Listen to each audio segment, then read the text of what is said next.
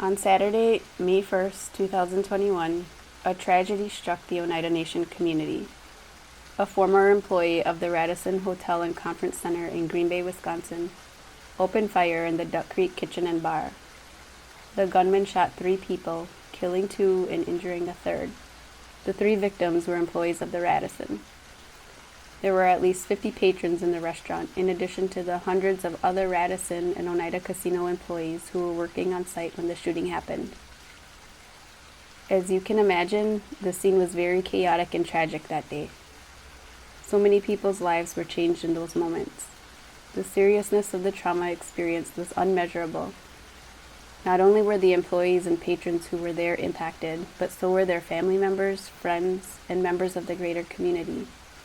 In one way or another, we have all felt the emotions of this trauma. The physical, emotional, mental, and spiritual impacts from that day tend to not magically go away, and for some, those feelings might continue to present themselves as time goes on. We're here to share with you today that what you may have felt then or now is okay, because you're human. We'd like to share with you some insight to trauma so that you can strengthen your understanding of how the tragic events that day might have affected you or your loved one, with hopes to hold space with one another as we begin our journey to healing. All right. Well, welcome everybody. Hi, Byron. Hi, Vaughn. Hello. Thank you guys. I'm excited to be here today. We're hoping to do a little trauma talk today to kind of talk about some things that we as a community have experienced and hopefully share some information with people that could be helpful for them, because we've all gone through some stuff, and so sometimes we just need to take a breath and kind of think about how those things really affected us in our community. So I'm glad you guys are here with me today. Yes, thank you everyone for joining us today in this trauma-informed video that we are creating for you. My name is Vaughn Urbanik. I'm a parenting program coordinator here in Oneida Nation's Family Services Department, and we are hoping that this helps everybody out there in the community, as well as it has definitely helped us in our knowledge of trauma, and just being able to share that and give that back to the community in that format here, and as well as what we have that we teach in our training and parenting classes. So go ahead, Byron, if you'd like to introduce yourself, please. Sigali sogwek lasagala slant ningyats wagescle wage niogi loda okale oniontiaga nigudu hunjoda. Hello everyone, my name is Byron Halona. Native name is Lasagala Slunt, which means he knocks off the frost. I'm the youth and young adult advocate and mentor here for Oneida Family Services, and I'm helping with the audio and video to help mainstream or be able to distribute the trauma-informed care that to like different platforms like social media, video, audio, and hoping that we can get this to as many people as possible, because I know this is very important and this can help a lot of people in our community. Yeah, thank you, Byron. We're glad he's here to help us facilitate this conversation that we hope to have today. So my name is Heather Van den Langenberg. I'm also a parenting program coordinator here with Oneida Nation Family Services. And like we said, we just hope to share some of this information that we've been privileged to learn and teach in our work and use in our personal lives too. So we're glad to be here. So we'll jump right into it with some kind of conversation and some questions here. Yeah, I know the first question that we really want to ask is what exactly is trauma? And then also, are there different types of trauma too as well? Yes, so that is right. Everybody kind of has heard trauma and like, oh, they've been through some traumatic event or traumatic experiences. So trauma is an emotional state of profound and prolonged distress in response to an overwhelming, terrifying, or unstable experience. So in short, it's when you can't function or something has happened to where you just get into like that fight, flight, or freeze part of your brain state, and then it's just too much and it's overwhelming, and it has a really profound mark on you. Trauma is a wound in like the doctor terms. I'm trying to think of the word to use right, but it is a wound that some traumas, like wounds, they can heal rather quickly, or some heal slowly, and many influence our lives going forward, like scars. So this trauma that we can experience, it could be a physical abuse maybe, or some type of abuse that has like an actual physical appearance of that you can see as a scar. But traumas can also happen, such as like community violence, the casino shooting that had happened recently. One single event of sexual assault can be like an acute trauma, which we'll talk about too, is some acute traumas that are just single events that happen, of like a car accident or trying to think what other ones, domestic violence situation that they may have experienced, a person has experienced. But trauma can cause an overwhelming sense of shame, terror, helplessness, and even intense physical effects. And it affects everyone differently. Another type of trauma that we have is historical cultural trauma, which we'll talk about as well. And that trauma is experienced by a specific cultural group, and results in future generations. So that cultural trauma that we're talking, or historical trauma, comes down in intergenerational trauma. So even though we may not have experienced it ourselves, such as boarding schools and other different experiences, because it's happened to our ancestors, it can trickle down into how we are and approach life and life experiences, and what shapes our experiences as an adult, as a child, and how we grow up. Mm-hmm. So you talked about like a single occasion or a single like tragedy. So something like the shooting, what would that be, and what examples of that would happen in someone's life? Yeah, so the acute trauma is that single event trauma that's happened. So maybe a car accident or the casino shooting. But it can be compounded as well. So if a person has only ever never experienced trauma and only experienced like a trauma such as the casino shooting, or even if they have before, it's still acute in the sense that it's only just happened that one time. It's not that there's a shooting every single day at their house, or a shooting that's happening or occurring quite frequently. Then we're getting into like a chronic trauma, and that usually happens like when we see that domestic violence or a physical abuse or a sexual assault that may have been happening and occurring more frequently in a person's life. So the acute trauma would be like a mass gathering of people, where there was a shooting, like in Vegas there was with that Mandalay Bay shooting. Our casino shooting was an acute trauma of type of trauma that has happened but affected many people, in that sense of even if you weren't at the casino, people can still feel that same kind of trauma and be just acute in that sense. But it can trigger people who have had maybe trauma that's chronic more, where they had physical abuse and that was traumatic for them, and then you add an acute trauma. So as a community, having historical trauma and intergenerational trauma, having the acute trauma is single but could still impact all of the above on how we cope with that. And we'll talk about that later on in the session as well. Yeah, I think that, Vaughn, I think you nailed it with the different definitions. That complex trauma can really be stacked on top of each other, but more so than anything, the terminology doesn't really mean anything. You don't have to remember it, I guess is the point. It's just kind of knowing that there's different ways that we can experience this type of trauma. We all have experienced something. Trauma is super common, unfortunately. So, for some of us, it can just affect us differently than others based on our own journeys. But I think that one term we do want to talk about is the secondary traumatic traumatic stress. So that's what Vaughn mentioned, where if we weren't even there, we could have still experienced this type of these emotions and these reactions that come from it. So, this term secondary traumatic stress is just this experience as a result of somebody else's trauma that we might have just heard of, or maybe our loved ones were there. Our community is super connected. We are close as families and as people. Maybe you just live close to the vicinity and you heard the sirens. Maybe you have family that works there. Maybe you just visit the casino often. So either way, we just have this connection, and there's this piece of this secondary traumatic stress that we can carry around even as individuals who weren't there. So it's just important to kind of know that, just from hearing people's reactions to trauma, just from hearing about things that people have gone through, our hearts can hurt, but we can really kind of feel this pain and have our own traumatic reactions from this situation, even if we weren't there. And I just think that's really important for people to understand, because as a tight-knit community, a lot of us had feelings following that scary event, and our hearts went out to everybody who was there, but we also might have been experiencing our own type of stuff that we just need to be aware of so that we can use our tools and kind of get the support that we need from our family or from different resources in the community and all of that. So yeah, just really important to remember that those things can affect everybody in different ways, and to take care of yourself through that and know that it's, quote unquote normal to have these reactions. It's not abnormal for us to be feeling a certain way.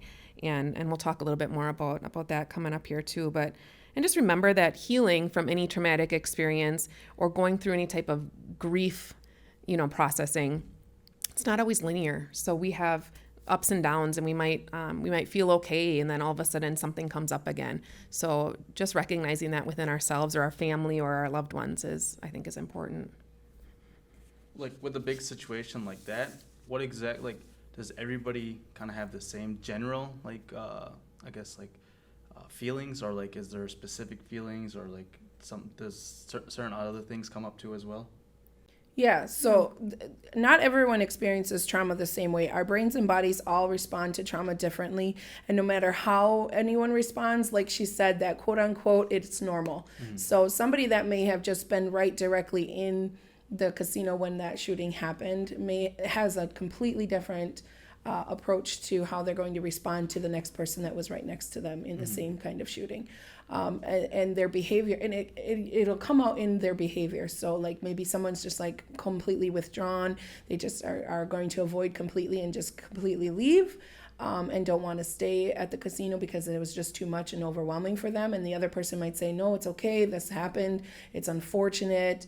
I do feel a lot of emotions, but I still have to come to work because that's the person I am, or any type of way they feel. Those are just a couple examples. But the same two people can be in the same incident and not have the same type of feelings.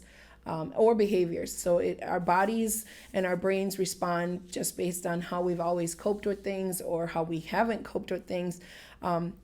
But there are traumatic response stressors that can happen. So we can be, if that person that says, oh, I can come to work, it's what I'm supposed to do, but they may still have some traumatic responses, then they don't even know traumatic stress responses.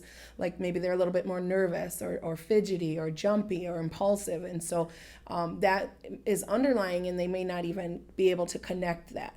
Or it might be somebody that's re-experiencing it. So somebody that is there, but then they feel that overwhelming re-experience of they're right in the moment of when it happened to them, and then it's just too much, and they may have those memories of the traumatic event and just be uncontrollable, and the flashbacks are just too much, and then that comes out in potentially how they're talking, how they're portraying themselves, body language, all of the above. And then that last part is that avoidance, that withdrawal. That's another piece of the traumatic stress response where they're just they can't do it. They just completely ignore that it even happened or anything is part of it. So people can pull away from friends in that moment. They can pull away from activities or just even things that they used to enjoy. So even if it was not a worker, but a person that liked to go to the casino, now maybe that's something that they don't want to do, or they don't go to that one because they associate that casino with the incident. It can be a bunch of different ways that they respond to it. But then it can further them with problems with concentrating, difficulty to stay on those tasks or sleep or staying asleep. Maybe they wake up because those, if flashbacks are something, they might keep them up at night. Backaches, stomach aches. Some of our traumas are not just psychological, where we've experienced it with flashbacks and avoidance, but also physical pain can come from that and discomfort.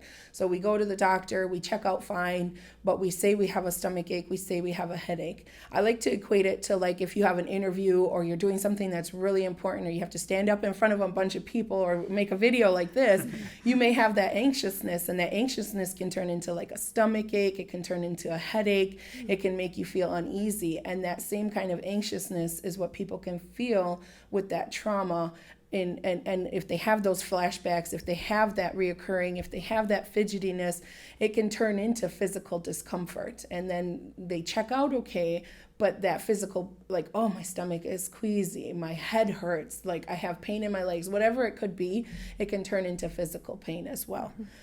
But yeah, chronic trauma left unmanaged can also lead to other things. So any kind of trauma, if we're not trying to cope with it, or if we're not trying to heal from it, it can lead to more different abuses that we have: substance abuse, emotional abuse, eating disorders, all of those different kinds of things that people kind of turn to when they don't have a method to cope with things. So we'll talk about the coping kind of things too in this video. Okay. I know you said traumatic responses. So would that be like triggers too as well? Like I know like that's like a popular term is like, oh, that triggered me, or this, oh, that's triggering and stuff like that. Yeah, so those triggers are complete, like it's the traumatic stress response is to the trigger, and it could come out of nowhere. And we'll talk a little bit more about that too in regards to when those triggers do happen. What does it look like as far as like, it usually comes from a behavior first, and we'll talk about that too. Yeah, I think that that trigger word is one thing that most people have heard. So it's like during the course of this traumatic event that happened for somebody, anything associated with it can be a trigger for somebody. So it can be, we think about all of our senses. It could be sense, or something that they saw, or colors, even textures, people's facial expressions, tone of voice. All of those things can be a trigger for somebody who experienced something, if they tied that situation to the traumatic event. So, it becomes linked in the brain. We don't do this consciously. This happens automatically because of our brains and our brains' desire to keep us safe.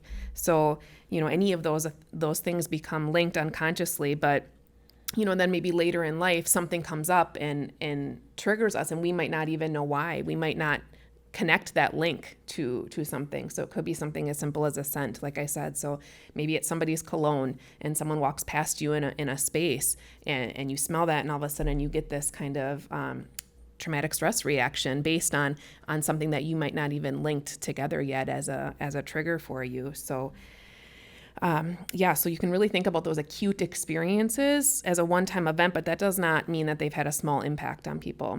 That acute word, I always tease that it reminds me of little angles. That's how I remember it from math class. I'm not a math person, but a small angle was an acute angle. Yeah. So, but it doesn't mean that it was a small experience. So it can really affect you, in lots of different ways. And it's just kind of really important to bring awareness to that and know how some things might have affected us, so we can just kind of have our eyes open to what we might need for our own wellness and stuff like that. So yeah.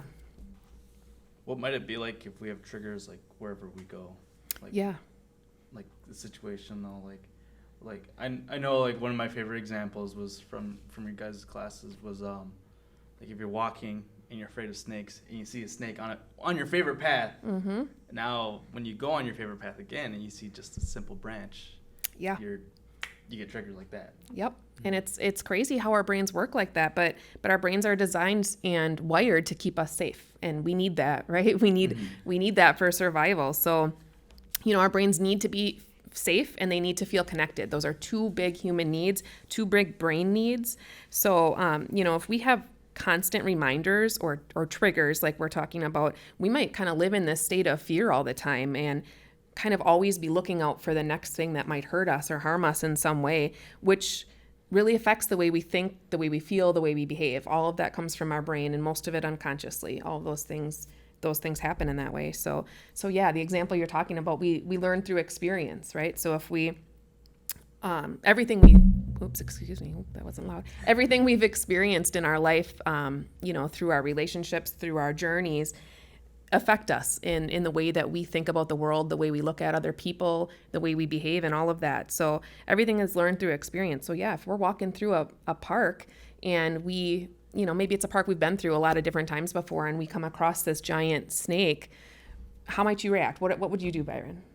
Oh, I'll probably turn around and be like, I'm gonna go a different way. Yeah. Run, scream. Right, run, scream, hide. Definitely just going the other way. If it comes my way, I'm running for sure. Yeah. And that's good. That's our brain's fight, flight, or freeze responses, those kind of survival reactions that we all need to have. So then, like you said, a week later, you have to go through that same, normally it's a beautiful park, right? I'm looking outside right now. It's gorgeous and the sun is shining. So if you have to walk through that same place again a week later, how are you going to kind of approach that area? Well, I'm gonna avoid that path. Yeah. I'm telling you right now, I'm not going down that path. He's not going at all. No, not at all. Not at all. But you're going to be, nervous. I always say too, like, you're not going to be texting on your phone and not watching your surroundings, right? I know I wouldn't be, and I would be with you. I'd be driving around the whole block if necessary. But yeah, so even if you've been through that park many, many times before, that one time affected you, and seeing that snake that one time changed your whole perception of the park and that space, and it now makes you expect this danger there. So again, this is really good, where our brains are wired this way to keep us safe. So it's a lot safer to mistake it for a snake, right? And then our higher centers of our brain kind of help us come down once they realize it's not that snake. So if we see that stick and we have that first initial reaction where we don't have control over, that unconscious reaction where our brain says, it's a snake. And so before our higher centers of our brain are able to kind of comprehend, oh no, that's just a stick, we have all those same fight, flight, or freeze reactions. So if you see that stick out of the corner of your eye, your pupils are going to dilate. You might start stressing and sweating right away, right? Your heart is going to start pounding right away. And that's all those natural survival responses that we need.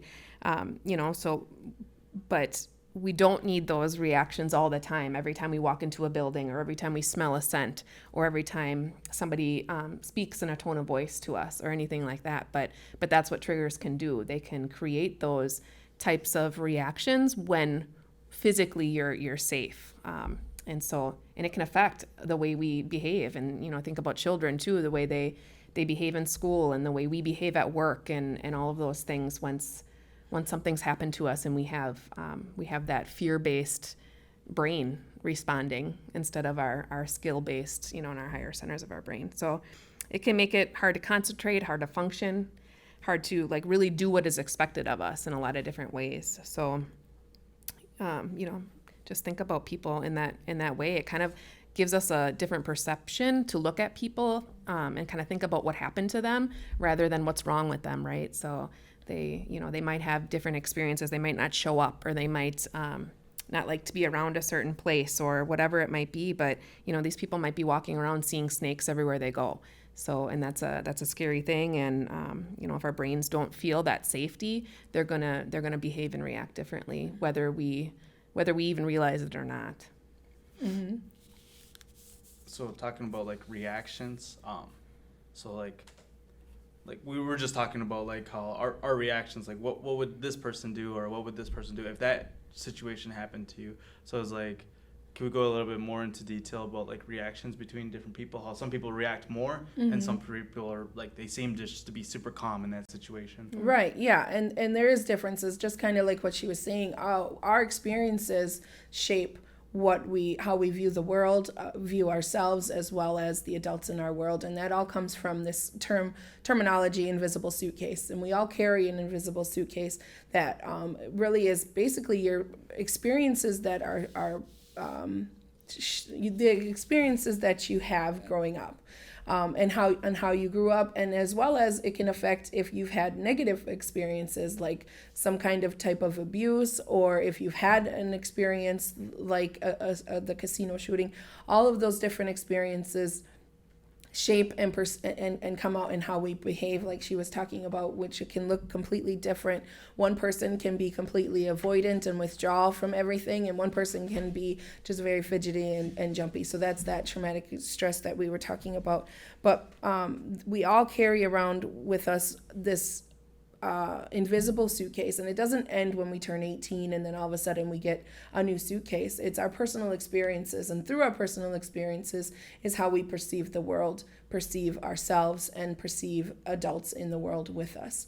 So we all have different experiences, good or bad, and all of our suitcases are different in that sense. So we are all going to perceive our world in a different lens. What I wanted to do also is just piggyback on that snake path that we were talking about. If Byron, you went and told your mom or a friend about that same snake in the path. That can also be traumatic for them to just hear about the story, which we were talking about earlier. Heather had mentioned the secondary traumatic stress. So with her hearing that story, if she goes down that same path, she might be watching for that snake too. So it's the same sense with the casino shooting, that can have the same kind of effect, that it doesn't personally have to affect me that I was there. But if I heard the sirens, like Heather said, or if you're reading about it on Facebook, which many of us did that day when it all happened, all of the different news and everybody not knowing what was happening, and we have friends and loved ones, and it's in our community, a close-knit community, to be able to still have some kind of traumatic response to it. Many people may have cried. I know when I was reading through the Facebook posts, it made me very emotional to go through it. So just knowing that you can still have like traumatic responses to it, and then seeing like an ad coming out from gaming saying, yep, here's all our positions that are hiring, that can be triggering for people, like, oh, I couldn't do it, or oh my gosh, like it now has a sense of response, a personal experience that people carry in that suitcase. And so being able to get through that is what we want to do. But with that, those personal experiences in our suitcase, it comes out how we see it. So we won't see, like she said, we don't know like what's going on with you or why you like this, because people's behaviors are all different and they all react differently. And all we see as viewers of that person's life is that tip of the iceberg, we call it. Mm-hmm. It's the top of the iceberg that says this is the behavior. So like she was talking about children in school, how they respond to, like if they just came from a domestic violence incident and then they go to school and they're throwing their books, or maybe they just completely shut down, we're not knowing where that comes from. We just see that tip of that iceberg that we're talking about. And everybody responds and behaves differently that way. So it's important not to compare those traumas or the reactions to traumas, because there's so much underneath that tip of the iceberg, right? We only see that top, but there's like a massive amount of personal experiences in our case that we're not seeing and that are not being able to be connected to why that behavior is there. So we're here to share that information, to say, yes, we might see someone, well, they weren't even there. Why are they acting a certain way? Or why do they feel this way? Or just have to keep moving. Everybody's story is different and carries their own personal story. It's theirs. And so for us to be able to see them in that like love lens, which is another topic we talk about in one of our classes, but being able to give them grace in those moments, and practice empathy with ourselves as well, letting us know that even though I wasn't there, it's okay that I feel the same feeling that everybody that may have been there. So being able to practice that empathy, giving that grace to everybody around you is super important to practice. Mm-hmm. So we were just talking about like how everyone experiences trauma. There's acute, there's chronic, and also like now what are like some of the things that we could do to help us cope or use tools to help work with that trauma, especially things for our wellness. Yeah, we're talking about all this not great stuff that we've experienced in our life. You know, we all also have all kinds of really great stuff within us too. So it's really important to think about our wellness and how we can take care through this whole life that we experience, and all the goods and the bad, all the ups and downs. So it's not just about time passing, though. I think that's sometimes what people think is it's just time will pass and I'll get better, or it'll go away. But sometimes grieving and healing really need to happen, and that could be different for all of us, what that looks like, but we sometimes just need to feel it. We need to talk about it. We need to move through it in a way that feels good for us individually. So, we hear this word resilience all the time, and really what that means is like the ability to kind of roll with the punches, and when stress or trauma or different kinds of adversity happens, we're able to continue functioning through that.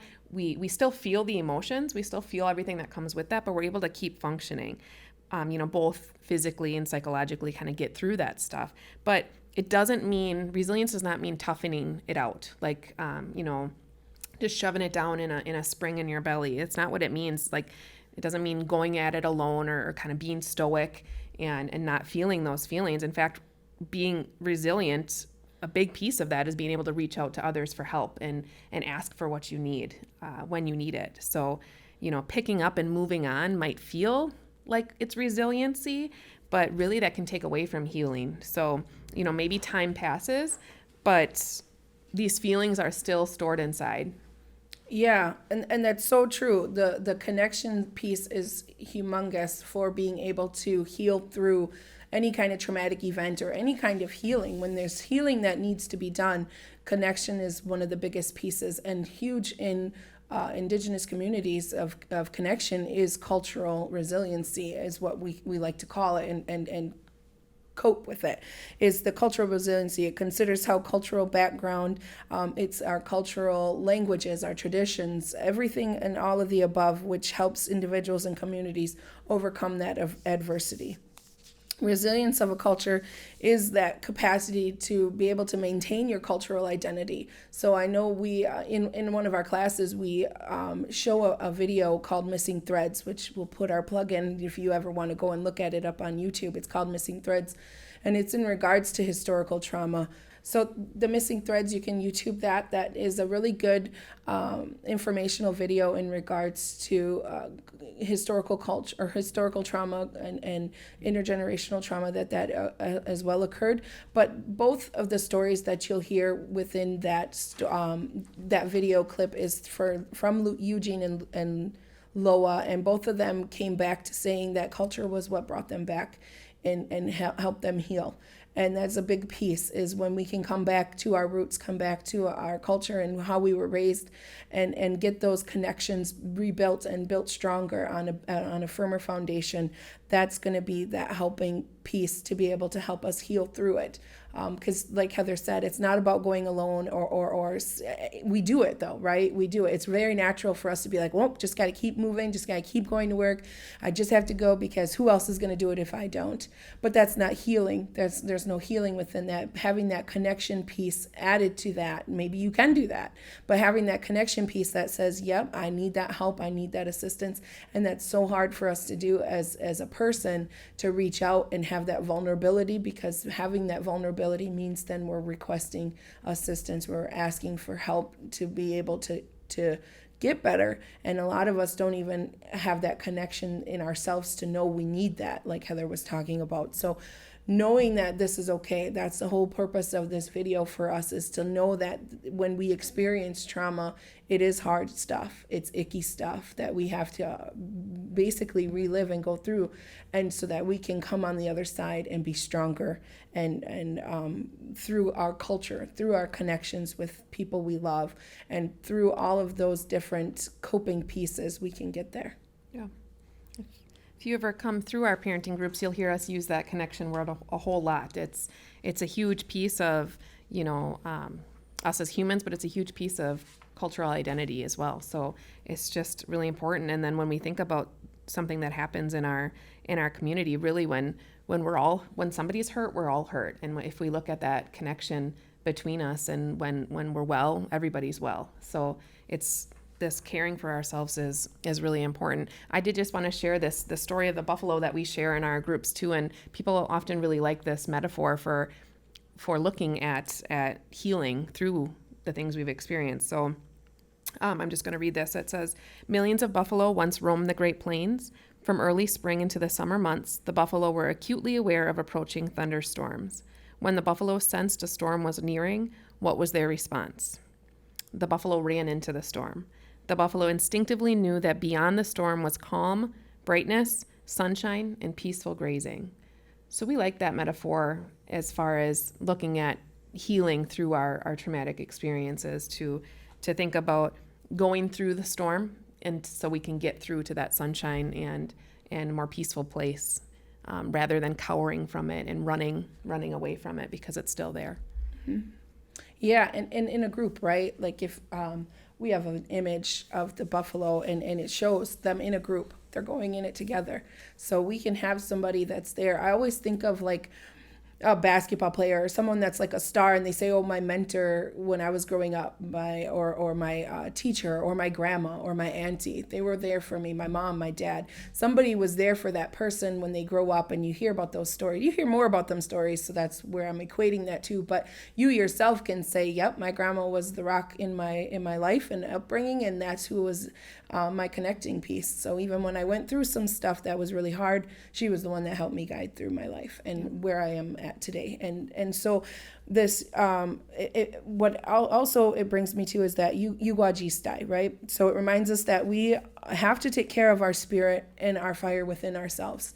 And so we all come into the world with those 4 logs, but we have to, and we have the other 4 logs that need the growing and the love and the care and the nurturing, but all of it has to be nurtured. And a lot of the times things like a casino shooting or different pieces of personal experiences that we've gone through can really throw water on our fire and dim it. And in today's terminology, we call that depression. We got that from Annette Cornelius, who came through our courses and was able to help us connect a lot more culture into our courses.